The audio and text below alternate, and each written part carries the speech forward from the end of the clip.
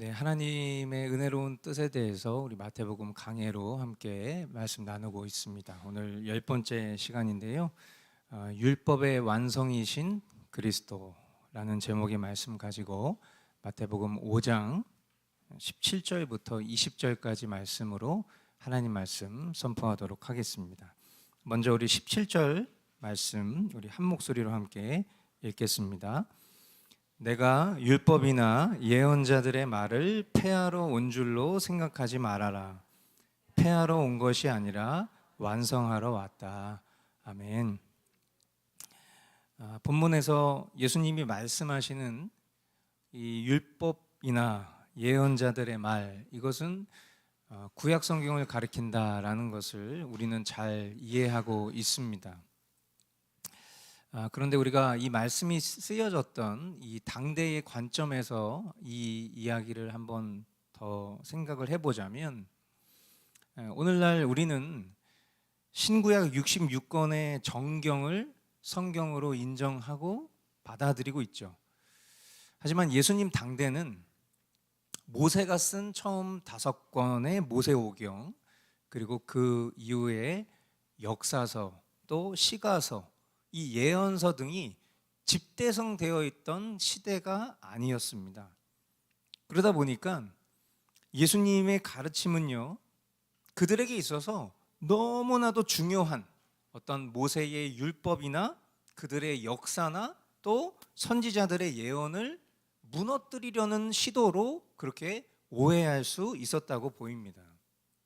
왜냐하면 그들 눈에는 예수님은 좋은 사람, 또 훌륭한 선생, 위대한 선지자 정도는 될 수 있지만 그들 눈에는 예수님이 하나님의 아들로 보이지 않기 때문이죠. 율법은 하나님이 주신 것입니다. 하나님이 하나님의 택한 민족들에게 주신 거예요. 그러니까 율법이라는 것은 이스라엘 민족에게 있어서는 민족적인 자존심이었을 것이고, 또 그것을 우리는 지키고 있어 라는 어떤 우월성을 표현할 수 있는 것이 율법이었겠죠. 그리고 마치 내가 율법을 완전하게 지키면, 물론 어떤 불교식의 어떤 그런 해석은 아니지만 자신이 완전한 영역에 도달할 수 있을 것만 같은 그런 생각으로 율법을 생각했기 때문에 예수님의 가르침의 그 방향과 그 시도는 그들에게 있어서 자신의 그 율법을 폐하러 온 것으로 충분히 오해할 수 있는 그런 상황이었다라는 것을 한번 우리가 이해해 볼 필요가 있다는 거죠. 그렇기 때문에 그런 그들의 마음을 누구보다 잘 아시는 예수님은 그런 그들의 마음의 장애물을 거두게 하기 위해서 내가 율법이나 예언자들의 말을 폐하러 온 것이 아니야 라고 말씀하신 것입니다. 그리고 율법은 도덕적인 기준에서 매우 엄격하죠. 그래서 우리가 잘 아는 도덕법의 근간이 된 것이 바로 율법입니다. 예수님은 이 율법이 요구하는 선, 의, 그것을 이루셨습니다. 이것이 믿음이 없는 사람들 눈에는 불가능한 것처럼 보였을 거예요. 자신들과 똑같은 사람인 예수님을 완전한 하나님으로 볼 수 있는 눈이 없기 때문에 예수님의 이런 말씀이 그들 심령 가운데 불편함을 줬을지 모르겠습니다. 하지만 정말 말씀을 사모하고 알고 있었던 사람들이라면 성경이 이야기하고 있는, 그들의 역사의 예언서에서 이야기하고 있는 하나님의 말씀을 떠올렸어야 됐을 것입니다. 바로 이 말씀이죠. 예레미야 23장 5절 말씀, 내가 다윗에게서 의로운 가지가 하나 돋아나게 할 그날이 오고 있다. 나 주의 말이다. 그는 왕이 되어 슬기롭게 통치하면서 세상의 공평과 정의를 실현할 것이다. 아멘. 이미 예언서에 의로운 가지로 이 땅에 오셔서 세상 가운데 공평과 정의를 실현할 그 메시아가 올 것이다 라는 예언이 있다라는 것이죠. 바로 그분이 예수 그리스도이시라는 것만 알았더라면 이스라엘 백성들이 예수님을 오해하지 않았을 거예요. 예수님이 율법을 폐하러 오신 것이 아닌 완성하러 왔다라는 그 말씀은 사람이 하는 허세나 과장이 아니라 말씀 대신 하나님의 성취인 것입니다. 아멘. 이어지는 18절 말씀에 보니까요, 내가 진정으로 너희에게 말한다.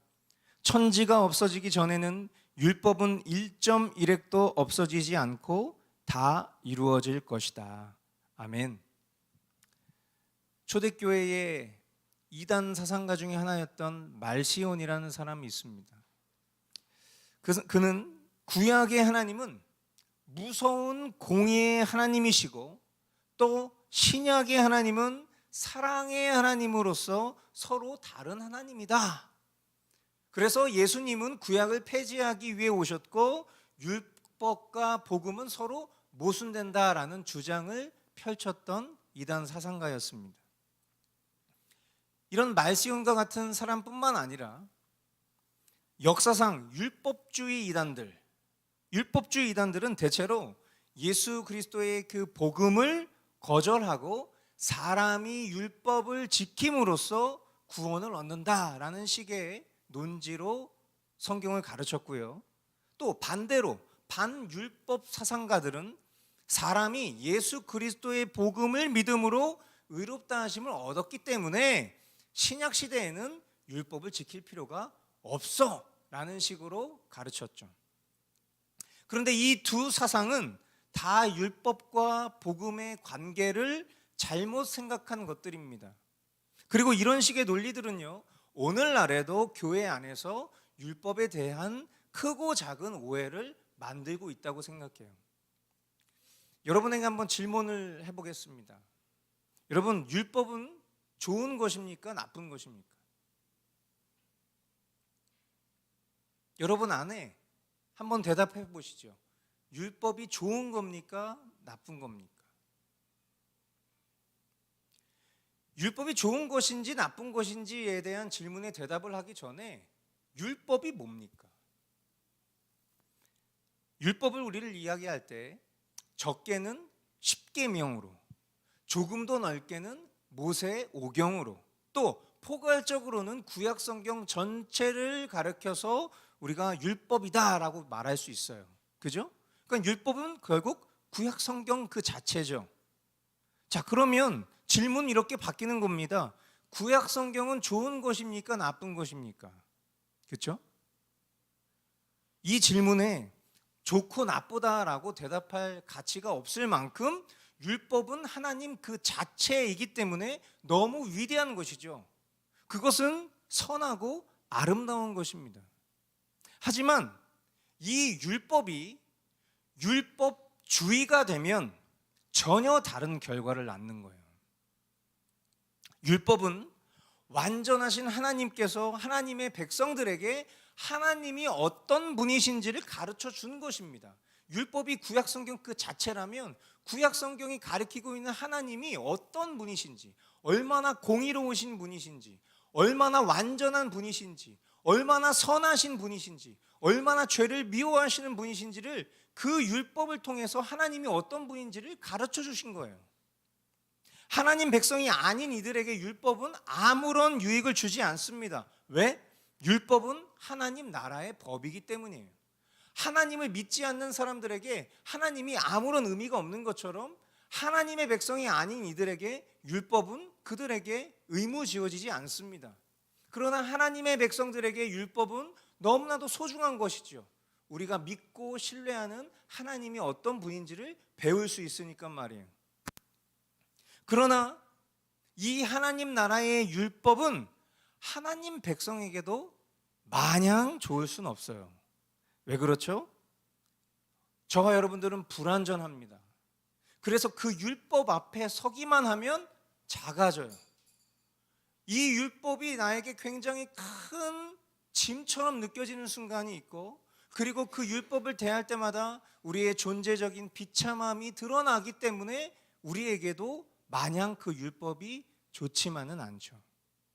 그래서 율법의 기능은 하나님의 의를 하나님의 백성들로 하여금 구하게 하기도 하지만 또 자신의 한계와 절망을 느끼게도 하는 것이 율법의 기능입니다. 우리가 배웠던 하이델베르크 요리문답 제3항이 이렇게 기술하고 있죠. 오랜만에 우리 같이 한번 문답을 해보겠습니다. 당신의 죄와 비참함을 어디서 합니까? 저와 여러분들이 배웠던 이 교리에 우리 믿음의 선진이 이 율법에 대한 이야기를 하면서 당신의 죄와 비참함을 어디서 합니까? 라고 했을 때 우리가 율법으로부터 안다라고 했습니다. 로마서 3장 20절 말씀에 보니까요, 그러므로 율법의 행위로는 하나님 앞에서 의롭다고 인정받을 사람이 아무도 없습니다. 율법으로는 뭐를 인식할 뿐입니다? 죄를 인식할 뿐입니다. 결국 율법은 좋은 거예요. 율법은 선한 것입니다. 하지만 우리에게 비참함을 안겨줘서 결국 우리로 하여금 하나님이 필요합니다. 하나님께로 나아갈 수 있도록 하는 기능을 가지고 있는 것이 율법인 거예요. 저로서는 불가능합니다. 한번 여러분 따라해 보시겠어요? 저로서는 불가능합니다. 우리가 정말 하나님 앞에서 하나님의 말씀 앞에 섰을 때에 나의 연약하고 비참한 죄인됨을 발견했을 때 우리가 하나님 앞에 고백할 수 있는 그 유일한 말은 저로서는 불가능합니다 라는 대답이 나오는 게 정상인 거죠. 참된 신자라면 말이죠. 이런 체념에 대해서 예수님이 뭐라고 대답하신 겁니까? 내가 진정으로 너희에게 말한다. 천지가 없어지기 전에는 율법은 1.1획도 없어지지 않고 다 이루어질 것이다. 사람의 힘으로는 이룰 수 없는, 달성할 수 없는 율법의 마침표가 예수 그리스도를 믿는 믿음에 있다는 것을 말씀하시고 싶었던 거예요. 그러므로 이 사실을 깨닫지 못한 이들에게 있어서 율법은 뭐가 되겠어요? 그저 자신의 힘으로 지킬 수 없는 것을 완벽하게 지키자. 이게 뭐예요? 이게 바로 율법주의예요. 내 힘으로 지킬 수 없는 것을 내가 완벽하게 지켜야 돼. 이게 율법주의라고요. 또 어떤 사람들은 정반대의 행위를 하겠죠. 지킬 필요가 없는 구약시대의 것이야. 율법으로부터 자유로워져야 돼. 이런 식의 논리를 펼치는 것이 결국 깨닫지 못한 사람들이 취하는 결론인 거죠. 이 구별이 우리에게 이어지는 19절 말씀을 더 명확하게 이해할 거라고 생각합니다. 19절 말씀 우리 같이 한 목소리로 한번 읽어보도록 하겠습니다. 시작. 그러므로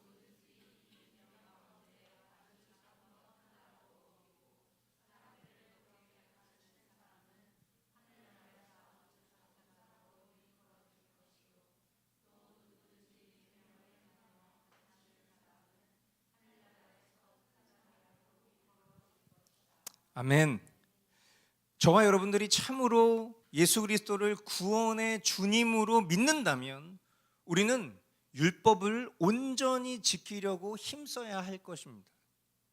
물론 여러분 오해하지 마세요. 율법을 열심히 지킨다고 해서 구원받는 것이 아니죠. 구원받기 위해서 율법을 지키는 것이 율법주의예요.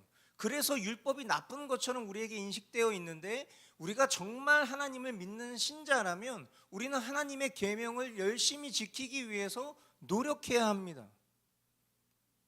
우리의 삶 가운데에서 예수 그리스도를 더욱 드러나게 할 수 있는 방편이 바로 하나님이신 그 율법, 그 자체를 우리가 열심히 지켜 나아가는 거예요. 왜 그렇죠? 율법의 완성이 예수 그리스도이기 때문이에요.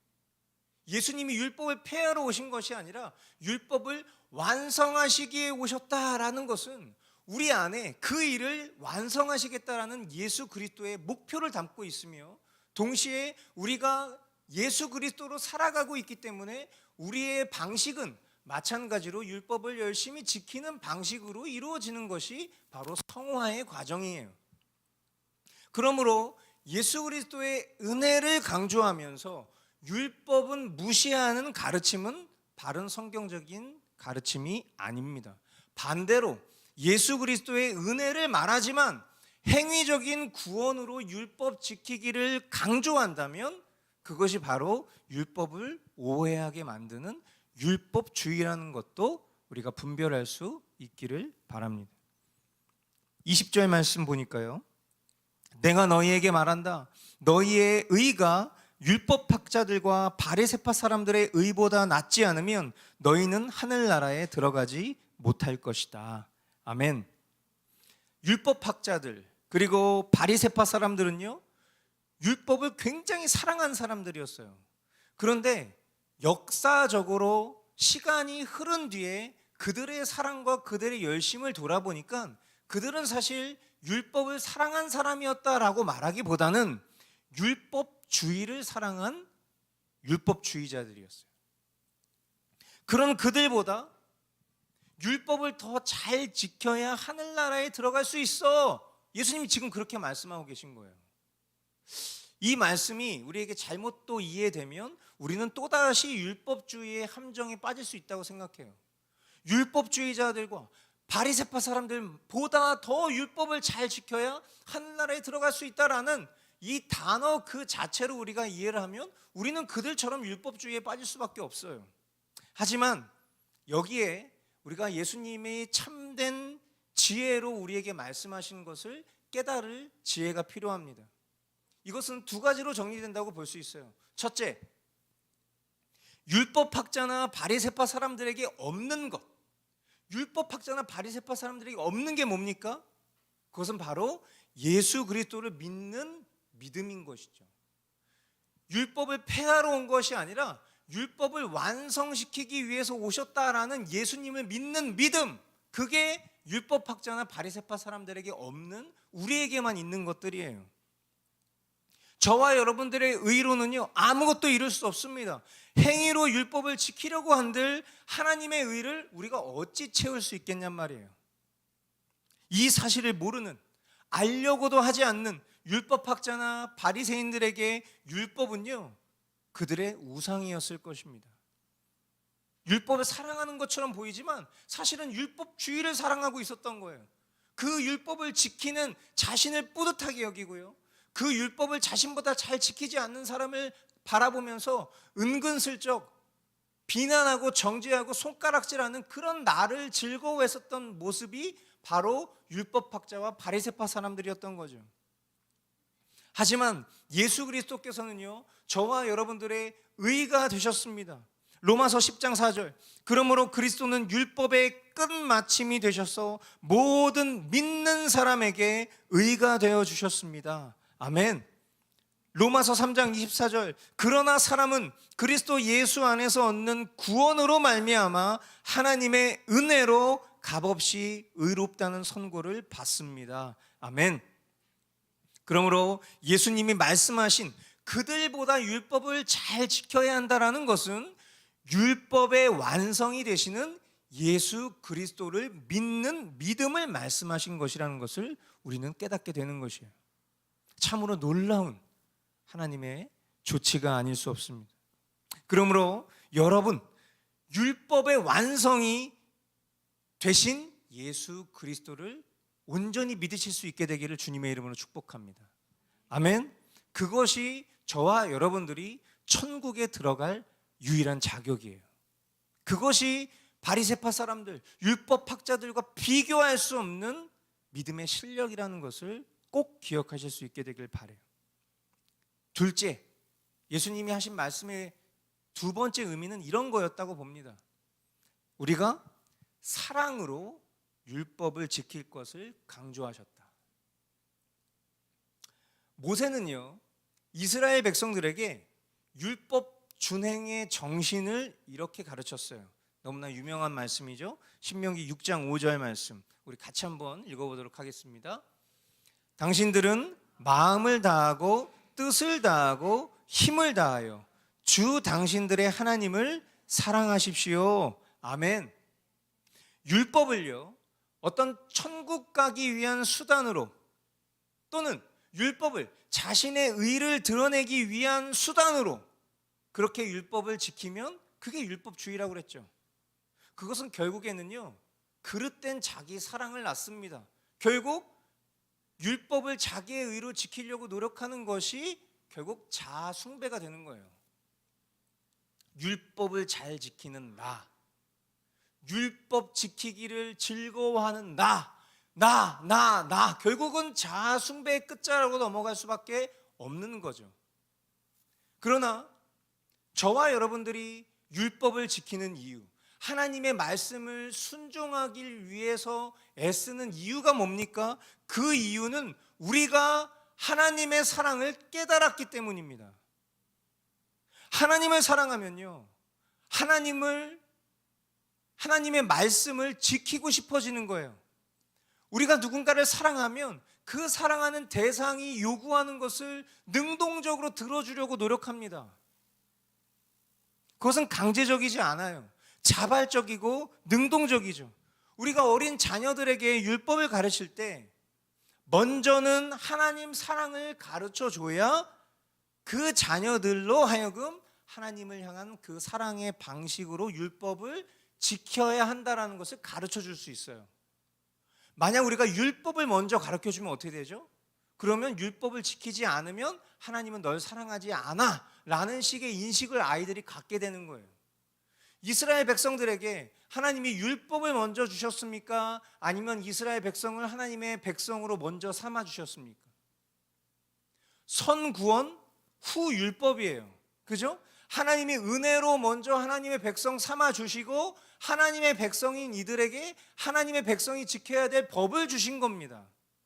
마찬가지로 저와 여러분도 율법을 인식할 때 이 율법을 지켜야 내가 하나님의 백성이 될 수 있어라는 거짓과 속임수를 떨쳐내야 돼. 하나님이 나를 하나님의 자녀 삼아 주셨기 때문에 그에 따른 감사와 은혜의 고백으로 내 삶 속에 하나님의 율법을 즐거이 사랑으로 내 온 마음과 힘을 다하여서 지켜야지 하는 그런 능동적인 마음이 일어나는 것이 정상이에요. 물론 우리는 연약합니다. 그래서 때로는 율법을 억지로 지키려 하는 순간들이 있습니다. 율법주의의 길로 들어설 때도 있을 거예요. 하지만 참된 신자는요, 제자리로 돌아오게 돼 있어요. 우리 안에 하나님의 사랑이 그 법을 사랑으로 따르게 하기 때문이에요. 그러므로 결국 하나님 나라에 들어갈 거듭난 사람, 중생한 사람은 우리의 힘과 열심이 아니라 우리 안에 살아계신 하나님의 열심이 그 율법 지키기를 이루시는 것을 믿으시기 바랍니다. 아멘. 말씀을 맺겠습니다. 오늘 우리는 율법에 대한 예수님의 가르침을 배웠어요. 율법과 율법주의에 대해서 이제는 헷갈리지 않으시기 바라요. 여러분, 율법은 좋은 겁니까? 나쁜 겁니까? 예, 이제는 더 고민할 필요가 없어요. 율법은 좋은 거예요. 율법주의는 좋은 겁니까? 나쁜 겁니까? 예, 율법주의가 나쁜 거예요. 그러므로 율법의 완성이 되신 그리스도를 믿는 믿음으로 살아가면서 하나님을 향한 사랑으로 즐거이 율법을 지키는 우리의 삶이 되기를 바랍니다. 1.1획도 없어지지 않을 거라고 그랬어요. 우리가 영원한 하나님 나라에 들어가도요, 율법은 없어지지 않아요. 그 율법을 우리는 온전히 완벽하게 지키면서 살아갈 곳이 천국이에요. 지금 우리는 그것을 완벽하게 지킬 수 없습니다. 율법은 좋은 것이지만 그 율법 앞에 섰을 때 우리는 우리의 죄인됨을 더 발견할 뿐이에요. 우리의 무능력함을 더 발견할 뿐이에요. 그러나 그 자리에 머물러 있는 것이 아니라 완성케 하시는 예수 그리스도를 믿는 믿음을 우리에게 더하여 주셨으니 그 믿음 붙잡고 이 율법을 떨쳐내는 것이 아니라 이 율법을 더욱 즐거이 주님 사랑하는 마음으로 지켜 행하며 살아가다가 주님 다시 오시는 그날 우리가 주님을 맞이하여 영원한 하나님 나라로 갔을 때에 그 율법을 완벽하게 지켜낼 수 있는 나를 바라보면서 하나님을 찬양할 수 있기를, 종일토록 영원히 하나님을 영화롭게 하는 그날이 속히 오기를 이 시간 주님의 이름으로 축복합니다. 기도하겠습니다.